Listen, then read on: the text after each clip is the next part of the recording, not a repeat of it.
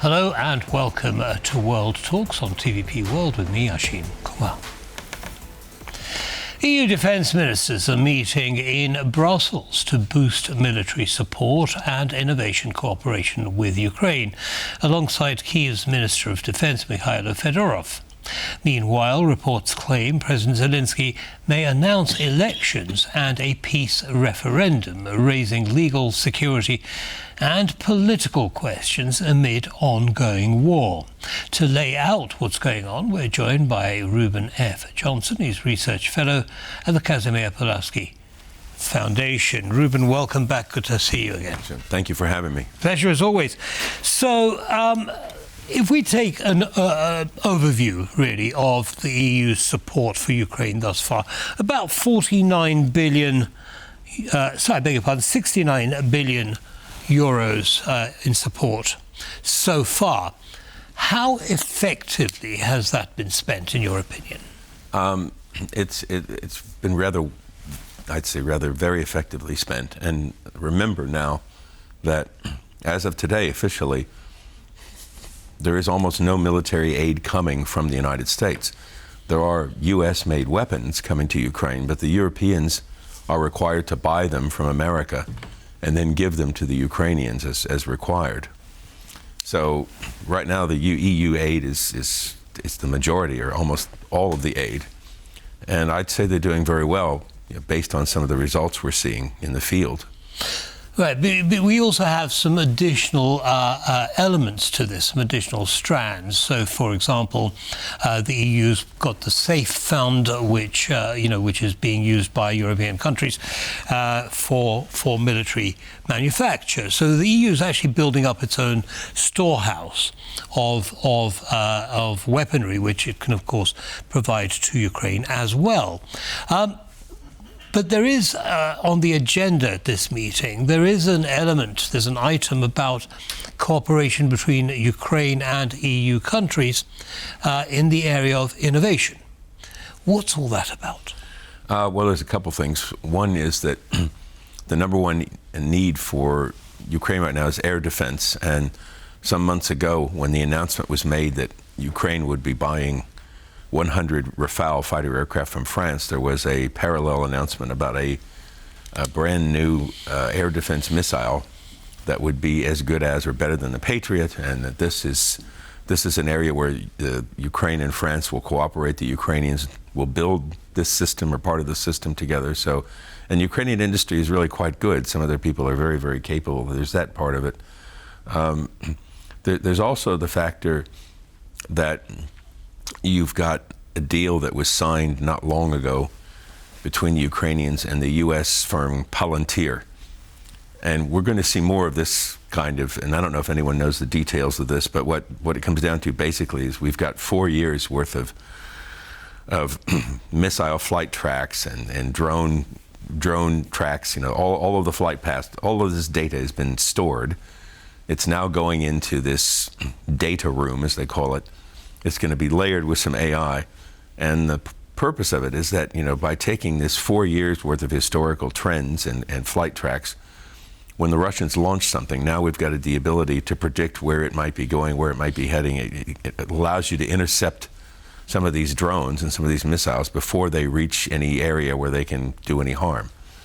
Right. I mean, this is really absolutely fascinating. Collecting the data over these 4 years and using it in that way. But the other area, of course, where Ukraine has excelled is in the area of drone manufacture, and they're expanding. They're setting up export houses across Europe in this area. What can you tell us about that innovation?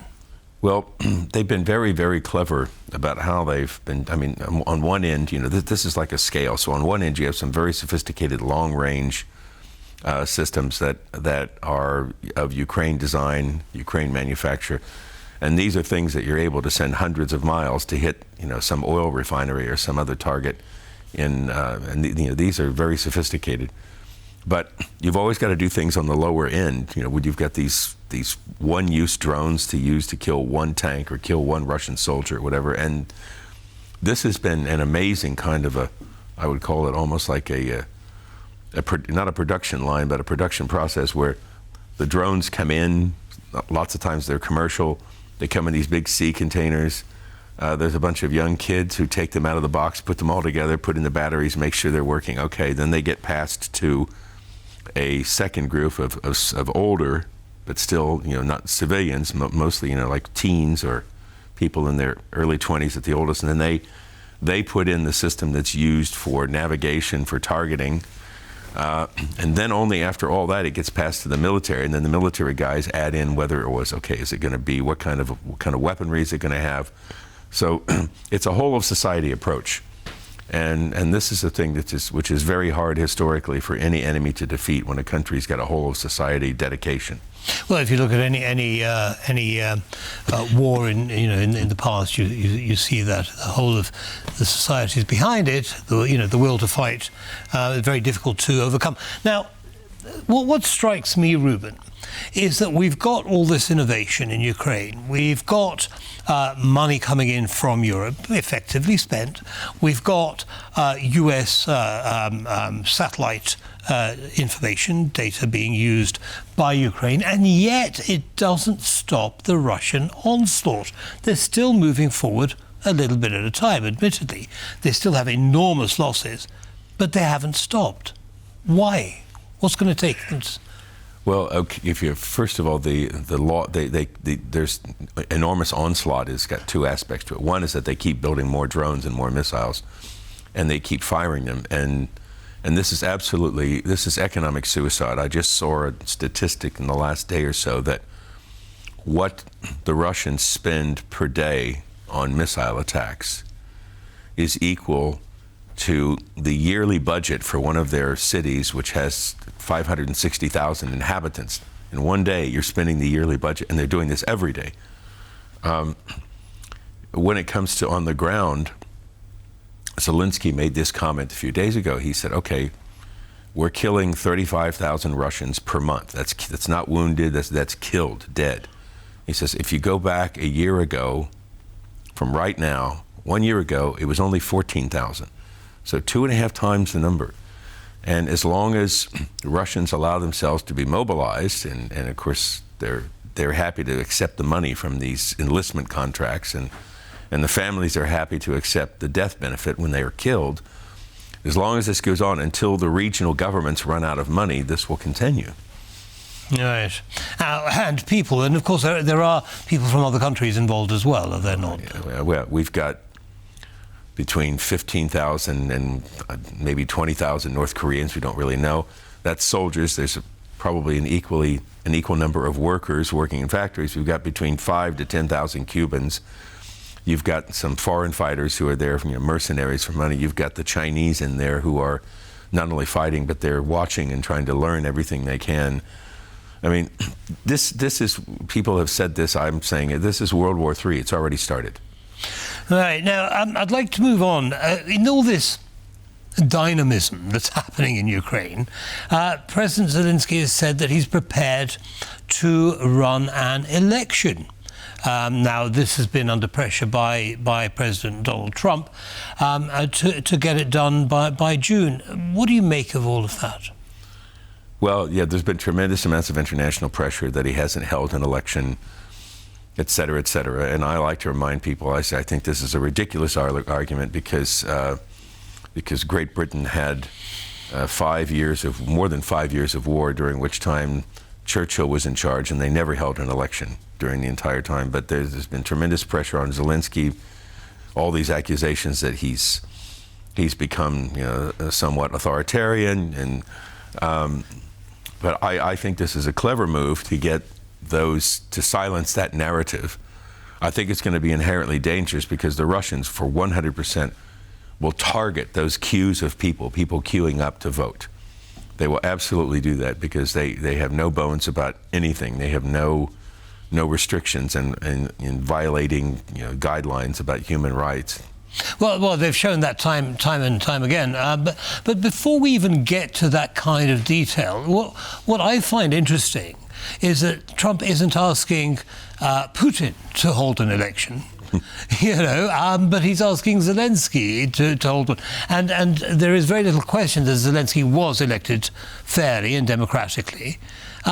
So what's behind this push by Trump? I mean, whose voices is he quietening, and why are those voices so important? Well, there's tremendous animosity between Trump and Zelenskyy, and this goes back to the famous phone call that started the impeachment. And then when Trump was out of power, there was the raid on his residence in Mar-a-Lago, and there were the FBI agents going through Melania's lingerie drawer and so on and so on. And if nothing, he's vindictive when it comes to things like this. And so there's this animosity between them. I don't see any particular utility to holding this election at the time, but the Ukrainians apparently have heard from enough people who have said, if you'll do this, then it makes our path forward easier. Well, does it, though? I mean, there's no guarantee that Trump is suddenly going to say, OK, great, here's lots of weaponry and here's lots of intelligence, but we shall see. Now, of course, quite apart from attacking the lines of voters, I'm sure that Putin's going to use some kind of propaganda mechanism in this election as well. How's that all going to work out? I mean, it's such a mess. Well, they'll use propaganda, but it won't be just propaganda. It'll be information warfare. I mean, I'll just give an example from another part of the world. There was a report a few days ago in Vietnam that said, we found this secret plan by America. America's going to attack us. I'm like, really? I said, don't you people recognize a Russian information warfare operation when you see one? I mean, it's just ludicrous. And they'll do that. They will try every bit of election interference that they've ever used, and then some.